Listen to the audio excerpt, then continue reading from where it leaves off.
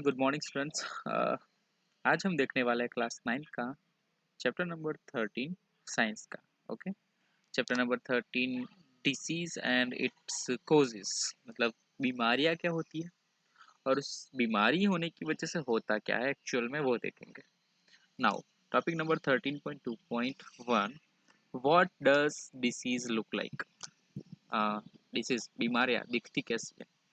Let us now think a little more about disease. Okay, चलो अभी हम देखते हैं कि हम सोचते हैं एक डिसीज के बारे में, थोड़ा सा ज्यादा सोचते हैं। चलो, little more. In the first place, how do we know that there is a disease. ठीक है, पहले तो हमें पता कैसे चलेगा। ठीक है, पहले तो हमें पता कैसे चलेगा कि कुछ बीमारी हुई है। In other words, how do we know that there is something wrong with the body. और अभी आपको पता भी कैसे चलेगा कि आपकी बॉडी के अंदर, ठीक है, कैसे पता चलता है आपको कि आपकी बॉडी के अंदर कुछ तो गलत हो रहा है, कुछ अच्छा नहीं लग रहा आपको। There are many tissues in the body. अभी हमने टिश्यूज चैप्टर में भी पढ़ा था, बहुत सारे अलग अलग टिश्यूज होते हैं हमारी बॉडी में। ठीक है, as we have seen in the chapter 6, this tissues make up psychological system और organ system that carry out body functions. तो यहाँ पर क्या होता है,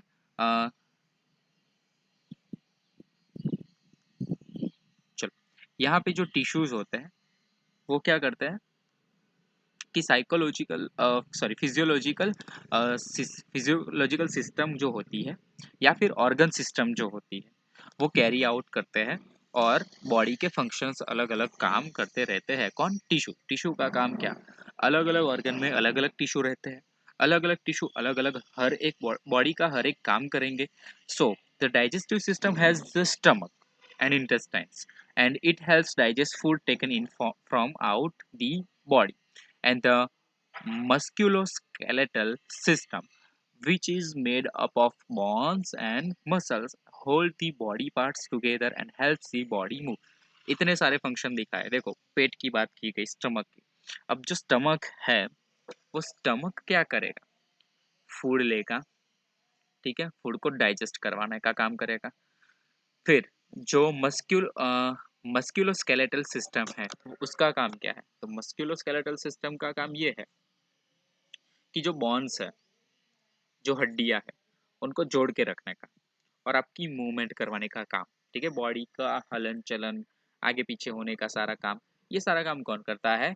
एक मस्क्यूलोस्केलेटल सिस्टम करता है। Okay, now next, when there is a disease, ठीक है, जब हमें कोई बीमारी होती है, either the body functioning or one or more system of the body will change for the worse. हमारी बॉडी में कुछ चेंजेस आने लगते हैं और हमारी बॉडी में कुछ फंक्शंस जो होते हैं वो प्रॉपर नहीं होते। जो सारे काम होने चाहिए प्रॉपरली वो सारे काम प्रॉपरली नहीं होते हैं।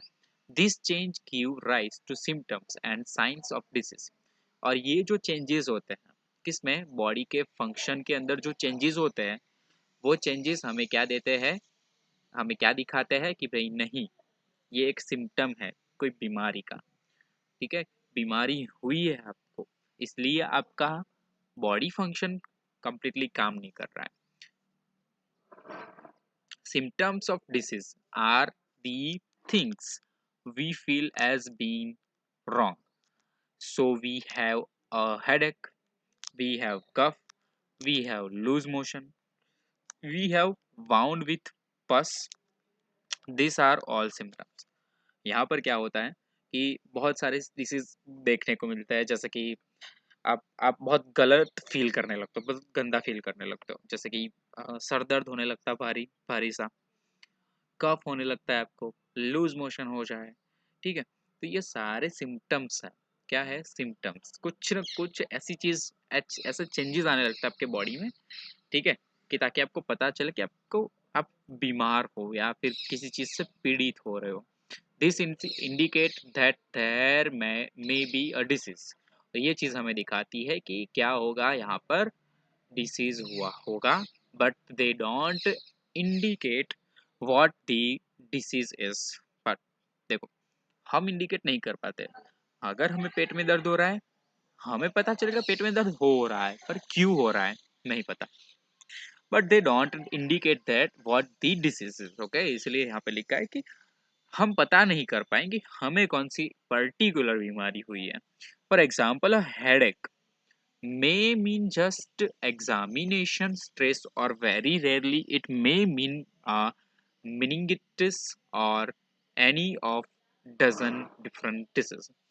सर दर्द होना वो बहुत सारे रीजन की वजह से हो सकता है, कोई एक रीजन नहीं है। ठीक है, जैसे कि एग्जाम का स्ट्रेस होना, उसकी वजह से भी आपको सर दर्द हो सकता है। ओके, तो या फिर बहुत सारे आवाज में से, बहुत सारे नॉइस में से आप होकर गुजर रहे हो, या फिर वहां पे थोड़ी देर रुके हो और उस वहां से गुजरे हो, बहुत ही सर दर्द होगा आपको। ठीक है, तो ये चीज ऐसी दिखाती है कि आपको पता चलेगा कि आपको कुछ हुआ है, आपकी बॉडी में कुछ चेंजेस आ रहे हैं, कुछ सिम्टम्स देखने को मिलेंगे, लेकिन सिम्टम्स किसके हैं वो आप पता नहीं कर पाते हो। Sign of disease are what physicians will look for on the basis of the symptoms. Science will give a little more definite indication of the presence of a particular disease. Physicians will also get a laboratory test done to pinpoint the disease further. देखो, अभी जो physicians भी होते हैं और जो laboratory वाले होते हैं, वो कैसे पता करते हैं कि वो हमारी बॉडी में से कुछ ना कुछ सैंपल लेंगे, यूरिन का, ब्लड का सैंपल लेंगे और पता करेंगे कि नहीं आपको पर्टिकुलर कौन सी बीमारी हुई है। ठीक है, आपके अंदर कौन से बैक्टीरिया पाए गए हैं, वो सारी चीजें आप क्या करेंगे वहां पर पता करते हैं फिजिशियंस, तभी आपको पता चलता है कि कौन सी बीमारी हुई है। अब देखते हैं acute and chronic disease. The manifestations of disease will be different depending on number of factors. Some disease last for only very short period of time and this are called acute disease. We all know from experience that the common cold lasts only a few days. हमें भी पता है, हमें पिछले दिनों में क्या हुआ था, कॉमन कोल्ड। किसी को हुआ हो तो सर्दी खांसी कुछ सीजन के लिए, मतलब आज हुई हफ्ते में मिट जाएगी। ठीक है, आज हुई हफ्ते में मिट जाएगी। Other elements can last for a long time. कुछ चीजें ऐसी होती है, कुछ बीमारी ऐसी होती है जो पूरे लंबे टाइम तक चलेगी या पूरी लाइफ तक चलेगी। डायबिटीज ले लो, है ना, and are called chronic disease. एक होता है एक्यूट डिसीज, एक होता है क्रॉनिक डिसीज। एक्यूट डिसीज किसे बोलेंगे? ऐसा डिसीज जो है सर्दी खांसी बुखार, छोटा मोटा ऐसा बीमारी जो होता तो है आपको, लेकिन ठीक भी जल्दी हो जाएगा। लेकिन कुछ ऐसी बीमारियां हैं जो होती है आपको, ठीक नहीं होती है, पूरे लाइफ टाइम के लिए आपके साथ रहेगी वो बीमारी, तो उसका नाम क्या है? Chronic disease. उस बीमारी का नाम, मतलब ऐसी बीमारियों का नाम क्रॉनिक डिसीज। और जो मिट जाती है उसको एक्यूट डिसीज बोलते थे। चलो, an example is the infection causing elephantiasis, which is very common in some part of India. तो एलिफेंटेसिस एक बीमारी है जो हमें इंडिया में बहुत सारी जगह थोड़ी थोड़ी देखने को मिलेगी। ठीक है, चलो अभी देखते हैं एक्टिविटी 13.4। 13.4 एक सर्वे ही करना है आपको। ठीक है, और आप खुद पढ़ भी लोगे तो हो जाएगा अच्छे से। देखते हैं chronic disease and poor health, कि क्रॉनिक डिसीज होने की वजह से आपकी हेल्थ जो है वो कैसे बिगड़ने लगती है, कैसे पुअर होने लगती है, वो देखते हैं। Acute and chronic disease have different effects on our health. हमें भी पता है कि हमारे जो एक्यूट डिसीज है, जो सर्दी है, बुखार है, खांसी है, और कुछ क्रॉनिक है जैसे कि डायबिटीज है, फिर कोई एक ऐसी बीमारी जो नहीं मिटती है लाइफ टाइम तक, थायराइड ले लो। ओके, चलो, any disease have sorry any disease that causes poor functioning of some part of the body will affect our health. और ये सारी बीमारियां ऐसी हैं जो हमारे बॉडी के फंक्शंस को, मतलब कुछ ऐसे सेल्स, कुछ ऐसे टिश्यूज हैं जो हमारे बॉडी के फंक्शन कर रहे हैं, बॉडी के अंदर के सारे काम अच्छे से कर रहा है। अब वो अगर बिगड़ गया, ठीक है, उसमें कोई प्रॉब्लम आ गई, दिक्कत आ गई, तो हमारी हेल्थ तो भाई जाएगी ही जाएगी। This is because all functions of the body are necessary for being healthy. तो जो सारे फंक्शन हैं हमारे बॉडी के, वो हमारी बॉडी के अंदर चलते रहने चाहिए ताकि हम हेल्दी रहें। But N acute disease which is over very soon, मतलब बहुत जल्दी खत्म हो जाते हैं एक्यूट डिसीज है ना, सर्दी खांसी बुखार, will not have time to cause major effect on general health while a chronic disease will do so। हमारी बॉडी में जो भी बीमारियां होती है वो बीमारियां जल्दी मिट भी जाती है, जो अगर वो एक्यूट हुई तो वो हमारे बॉडी को लंबे टाइम तक नुकसान नहीं पहुंचाएगी। लेकिन अगर वो एक्यूट नहीं हुई, ठीक है, मान लो कि एक्यूट नहीं हुई, तो क्या होगा? तो एक्यूट ना होने की वजह से वो क्रॉनिक डिसीज होगा, और क्रॉनिक डिसीज मिटता नहीं है, धीरे धीरे करके आपके पूरी बॉडी को खा जाता है वो, मतलब पूरी बॉडी में ऐसे फैल जाता है। As an example, think about a cough and cold. Example के तौर पे एक सोच लो बीमारी कफ और कोल्ड, ठीक है। चलो, which all of us have from time to time. और कफ और कोल्ड ये तो हमें टाइम टू टाइम होता ही रहता है, ऐसा नहीं कि मिट जाता है, ठीक है। एक बार मिट गया कोई बात नहीं, थोड़े टाइम बाद फिर से अगर सर्दी बढ़ गई, अगर आप पानी में गीले हो गए बारिश वाले पानी में, तो भी आपको हो सकती है, नॉर्मल है, ओके। चलो, most of us get better and become well within a week or so, and there are no lasting effects on our health. But if we get infected with a chronic disease such as tuberculosis of the lungs, then being ill over the years does make us lose weight and feel tired of all time। अगर आपको disease हुई है, ठीक है, कोई tuberculosis disease ले लो, ये disease हुई है अगर आपको, तो क्या होगा कि आपके वेट लूज होगा, कम होगा wait.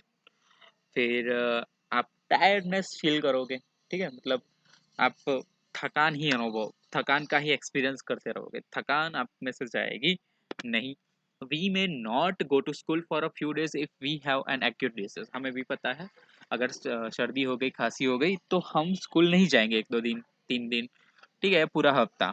But a chronic disease, अगर हमें क्रॉनिक डिसीज हुई है, will make it difficult to us to follow ability to learn. Chronic disease अगर हो गया हमें, जैसा कि हमें डायबिटीज है, तो हम स्कूल जाना नहीं छोड़ेंगे, ठीक है। कुछ ऐसी भी बीमारियां हैं जो हमारी सीखने की क्षमता को कम कर देता है, ठीक है, एबिलिटी ऑफ लर्निंग क्या कर देता है, कम कर देता है।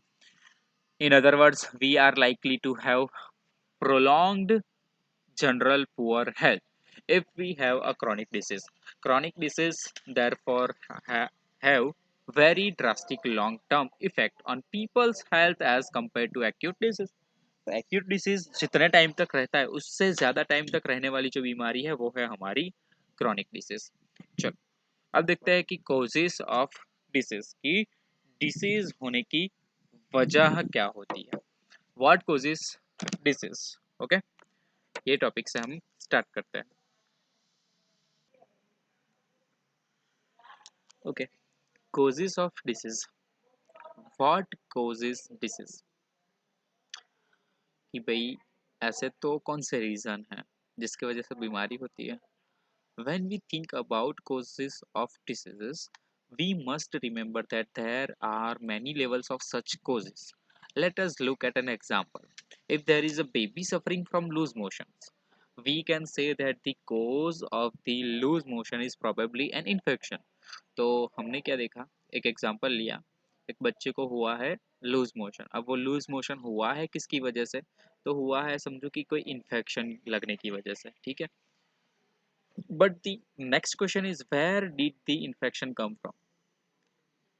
अगला क्वेश्चन ये आता है, बच्चे को लूज मोशन हुआ, हुआ तो हुआ इन्फेक्शन की वजह से, ठीक है, लेकिन ये इन्फेक्शन आया कहाँ से। Suppose we find that the infection came through unclean drinking water.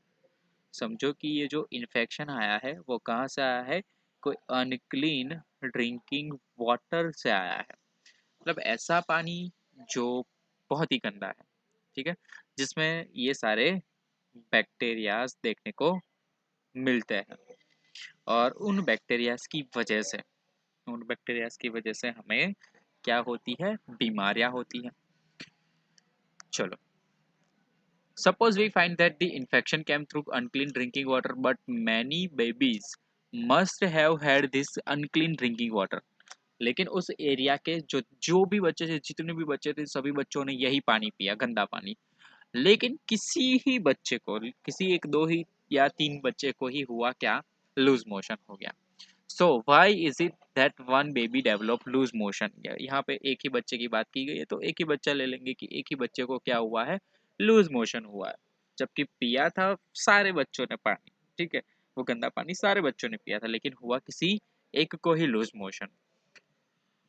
One reason might be that this baby is not healthy. एक रीजन क्या हो सकता है इसका? इसका एक रीजन ये हो सकता है कि जो बेबी है वो हेल्दी नहीं है। हेल्दी नहीं होने की वजह से as a result it might be more likely to have disease when expose to risk whereas healthier babies would not. तो यहाँ पर क्या होता है, जो हेल्दी बेबी होता है वो जल्दी ही अच्छा हो जाता है, मतलब, या फिर उसको ज्यादातर छोटी छोटी बीमारियां भी नहीं होती हैं। यहाँ पे बोला गया है कि जो डिसीज होती है, जो अगर वो बीमारी हमें हो जाती है तो वो हेल्दी बेबी में नहीं होगी, अनहेल्दी बेबी में जरूर हो जाएगी। Why is the baby not healthy? अब ये बच्चा जो है वो हेल्दी क्यों नहीं है?